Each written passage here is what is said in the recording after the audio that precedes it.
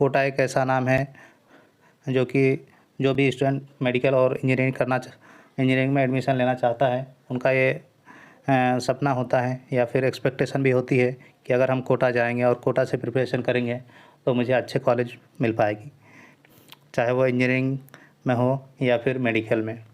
और ये बात कुछ हद तक सही भी है, क्योंकि कोटा एक कोचिंग का हब है जहाँ पे स्टूडेंट का सक्सेस रेट और सब जगह से बेहतर है।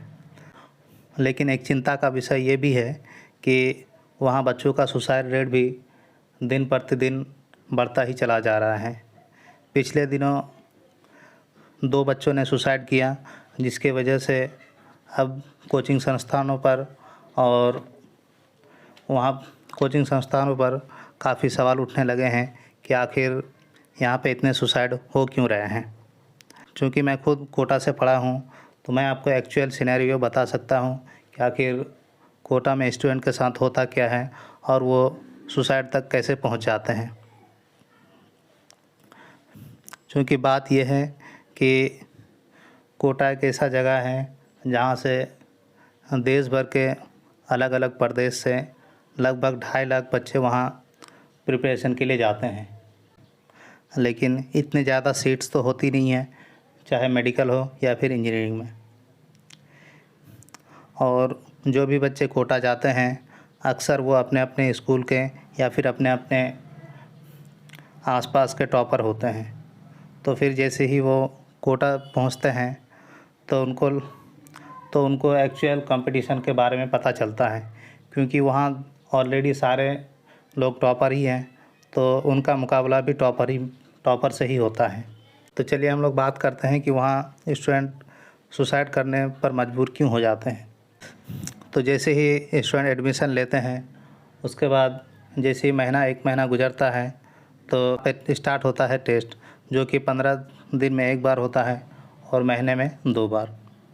लेकिन बहुत सारे बच्चे के ऐसे होते हैं कि फाउंडेशन उनका काफ़ी अच्छा होता है, तो जैसे ही वो कोचिंग स्टार्ट करते हैं तो उनको चीज़ें बहुत अच्छे से समझ में आने लगती हैं। लेकिन बहुत सारे बच्चों के साथ होता है कि उनका फाउंडेशन अच्छा नहीं होता है, तो वो वहाँ जाकर पिछड़ने लगते हैं। और जैसे ही टेस्ट आता है तो उनका दिन प्रतिदिन टेस्ट में नंबर कम आना स्टार्ट हो जाते हैं। और किसी भी एग्ज़ाम में सक्सेस पाने के लिए आपका मॉक टेस्ट देना बहुत ही ज़रूरी होता है, और वो चीज़ें वहाँ पे रेगुलरली चलती रहती है। तो जिसकी वजह से बहुत सारे स्टूडेंट का होता क्या है कि उनको चीज़ें समझ में आती नहीं है और फिर वो टेस्ट में पिछड़ने लगते हैं।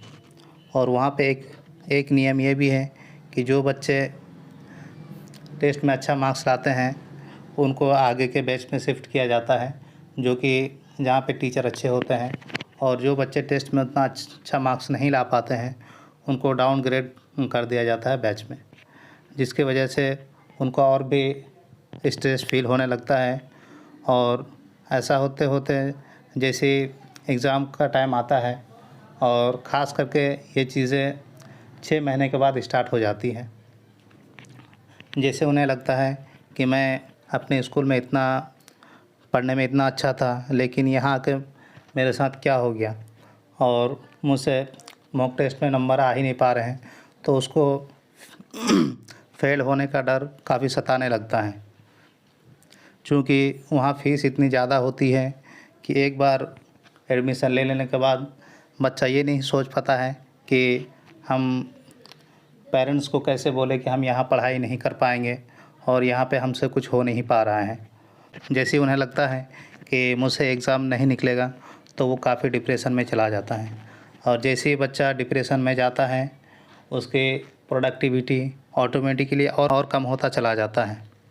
तो उन्हें ये डर सता रहा होता है कि हम पेरेंट्स को कैसे बोलें, जब मैंने इतना पैसा खर्च कर दिया तो मैं अपने माता पिता को कैसे बताऊं कि मुझसे अब ये चीज़ नहीं हो पाएगा। तो बहुत सारे बच्चे इस डर से फिर एक गलत कदम उठाते हैं और कोचिंग जाना बंद कर देते हैं कि वहाँ पे दुख दर्द बांटने वाला नहीं होता है, क्योंकि सिर्फ वहाँ स्टूडेंट ही होता है। वहाँ आपके मकान मालिक से कोई लेना देना नहीं है और स्टूडेंट आपस में उतना ज़्यादा इंटरेक्ट नहीं करते हैं। तो इस वजह से बच्चे और डिप्रेशन में चले जाते हैं और अंत में बहुत सारे स्टूडेंट ऐसे होते हैं कि किसी तरह से इस स्ट्रेस को झेल कर निकल आते हैं वहाँ से। और कुछ स्टूडेंट ऐसे होते हैं कि इस स्ट्रेस को झेल नहीं पाते हैं और वो एक गलत कदम उठा लेते हैं, क्योंकि वो बच्चे हैं, उनको इस बात की इतनी समझ नहीं है कि अगर हम आईआईटी नहीं निकलेंगे या फिर नीट नहीं निकालेंगे तो मेरा ज़िंदगी ख़त्म हो जाएगा। वो हमारे क्लास में अक्सर कहा करते थे कि बच्चे जिनके मार्क्स कम आ रहे हैं या फिर जिनको लग रहा है कि हमारा सिलेक्शन नहीं होगा, तो इस बात का आप टेंशन ना लें कि जो भी बच्चे डॉक्टर बनते हैं या फिर इंजीनियर बनते हैं वही एक सक्सेसफुल इंसान होता है। ऐसा बिल्कुल भी नहीं है। दुनिया में बहुत सारे ऐसे भी लोग हैं जो कि ना ही इंजीनियर है और ना ही डॉक्टर हैं, फिर भी बहुत लेकिन बहुत सफल इंसान बने हैं। तो इस तरह से हम लोग को मोटिवेट करते रहते थे, लेकिन बहुत सारे बच्चे इन चीज़ों को नहीं झेल पाते हैं और वो अपना सुसाइड का मन बना लेते हैं।